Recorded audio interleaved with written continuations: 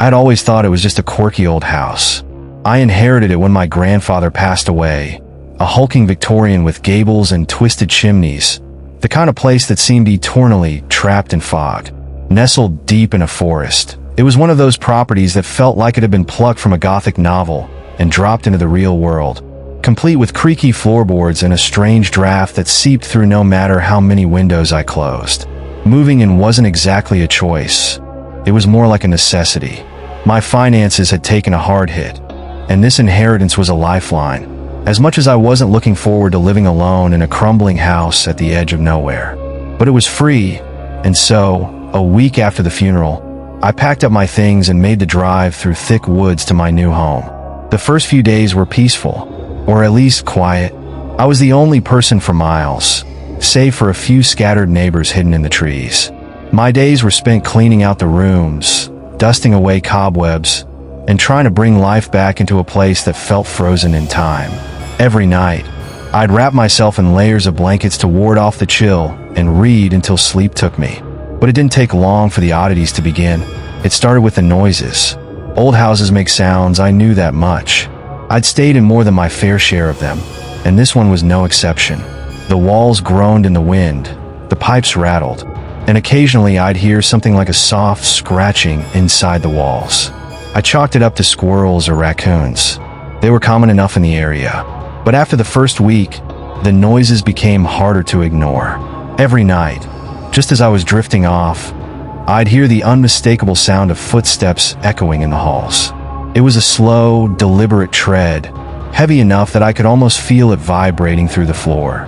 I'd get up, open my door, and peer down the dimly lit corridor, but there was never anyone there. One night, I decided to stay up and wait. I sat in my bed, watching the shadows dance on the walls, waiting for that familiar, dreadful sound. Sure enough, around 3 a.m., I heard the steps again. This time, though, they didn't stay in the hallway. They stopped right outside my door. I froze, barely daring to breathe. I stared at the door, half expecting it to burst open, but there was only silence. Then, a soft scraping, as though someone, or something, was dragging a hand down the wood. I don't remember how long I sat there, paralyzed with fear. At some point, exhaustion took over, and I must have dozed off because I woke up to the morning light streaming through my window. It was after that night that I noticed the window. To the left of my bed, set into the wall, was an old single-pane window that looked out over the woods. I hadn't paid it much attention before. It was just a dusty, fogged-up glass that offered little view beyond the trees. But that morning, as I rubbed my eyes and got out of bed, I noticed something odd. The glass wasn't fogged up from the outside. It was smeared from the inside, as though someone had run their fingers across it. My heart pounded as I leaned closer. Thin streaks ran vertically down the glass, marks that could only have been made by human fingers. The thought of someone coming into my room while I slept made my stomach turn, but I tried to be rational. Maybe I'd done it myself in my sleep? I brushed it off, but still, I wiped the glass clean, hoping it would stay that way. The next morning, the smudges were back. A part of me wanted to pack up and leave, but I didn't have the money or the energy to start over again. Instead, I convinced myself that I was just being paranoid. I'd clean the glass every morning, scrub it until it gleamed, but every night, the same thing would happen. By morning, there would be those same eerie, finger-shaped smudges, more pronounced each time, as if whoever, or whatever, was touching the glass was getting bolder. Days turned into weeks, and I started to feel like I was being watched. No matter where I went in the house, I'd catch glimpses out of the corner of my eye, shadows that seemed to dart just out of sight. The air felt heavier, as if the house itself was breathing, shifting around me. And the footsteps, those awful, slow footsteps, grew louder. I knew I had to do something. I was on the verge of a breakdown, my nerves fraying more each day. So one night, desperate and out of options, I decided to confront whatever was in the house. I stayed up late, wandering through the darkened halls, calling out softly, asking if there was anyone there. I don't know what I expected, maybe a gust of wind or a faint whisper. But as I walked past the window in my room, I heard something that made my blood run cold. A faint, almost inaudible whisper, so close that it sounded like it was coming from inside my own head. Come closer. The voice was soft, beckoning, and yet it held a sinister edge, as though whoever was speaking didn't quite understand how to sound human. My heart pounded as I turned to look at the window.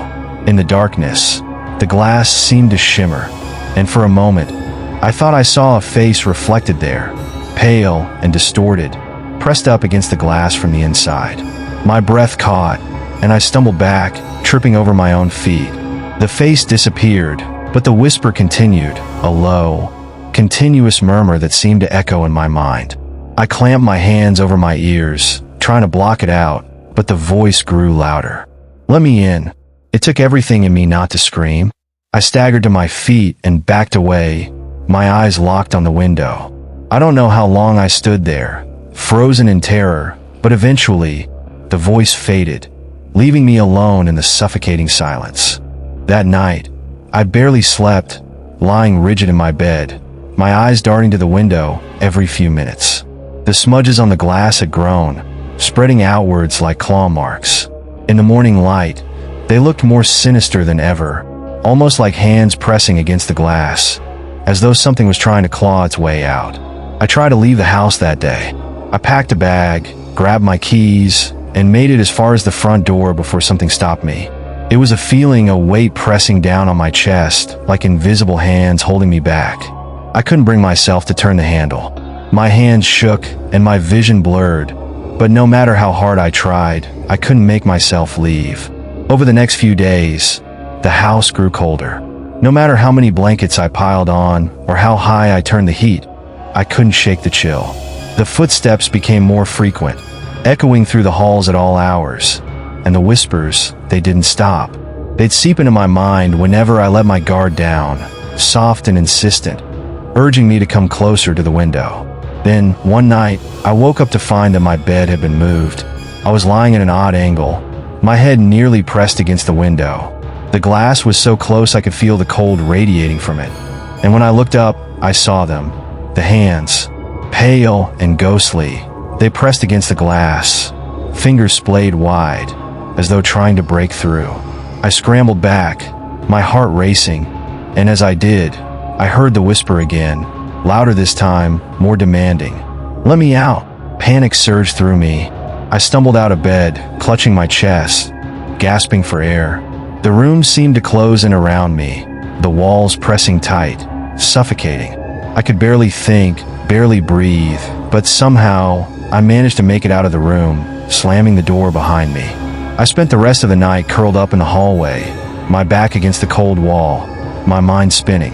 There was something in the house, something trapped, something that wanted out. I couldn't stay here.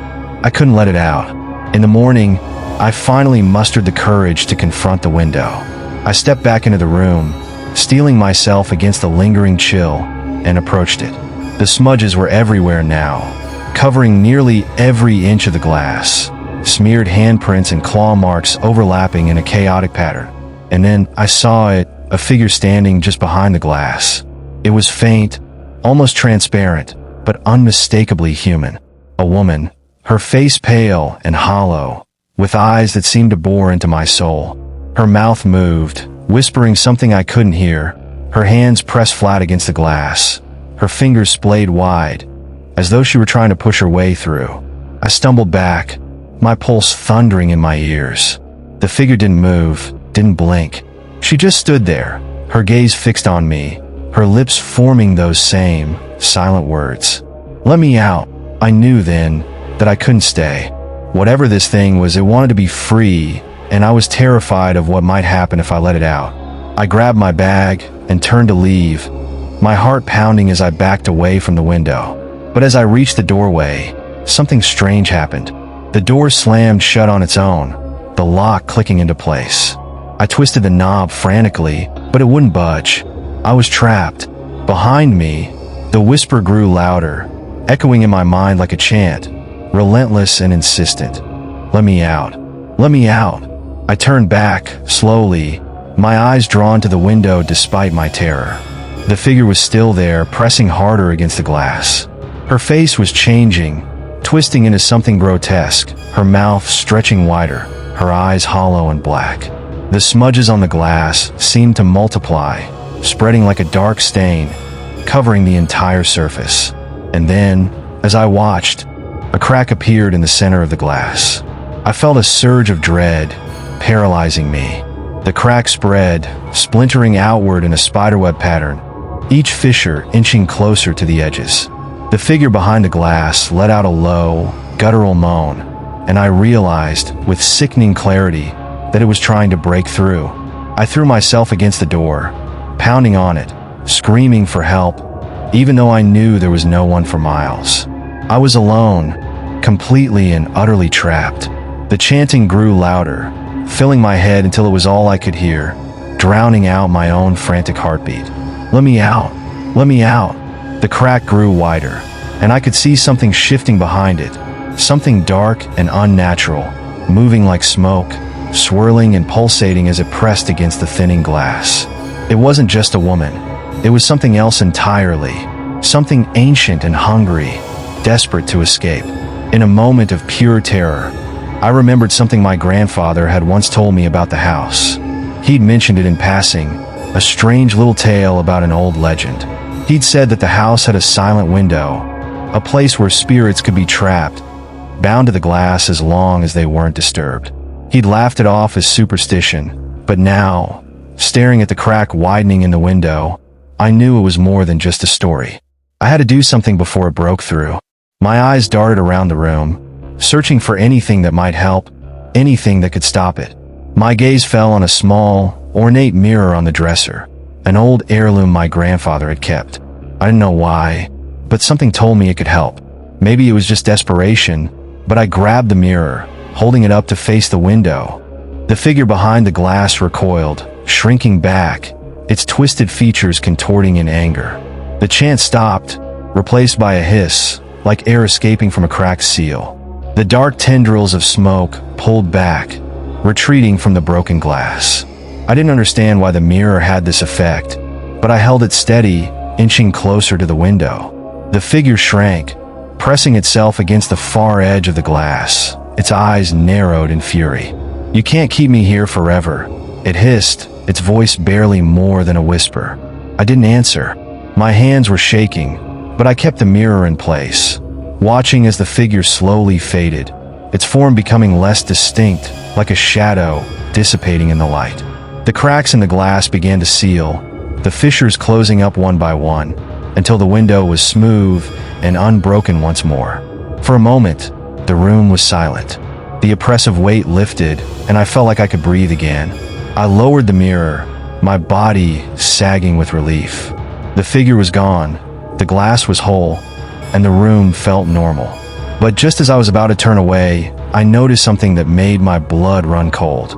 The smudges were still there, darker than before, pressed against the glass in the shape of two handprints, as though the figure had left a final, lingering mark. And in the center of the window, faint but unmistakable, was a single word scrawled in a jagged script. "Soon."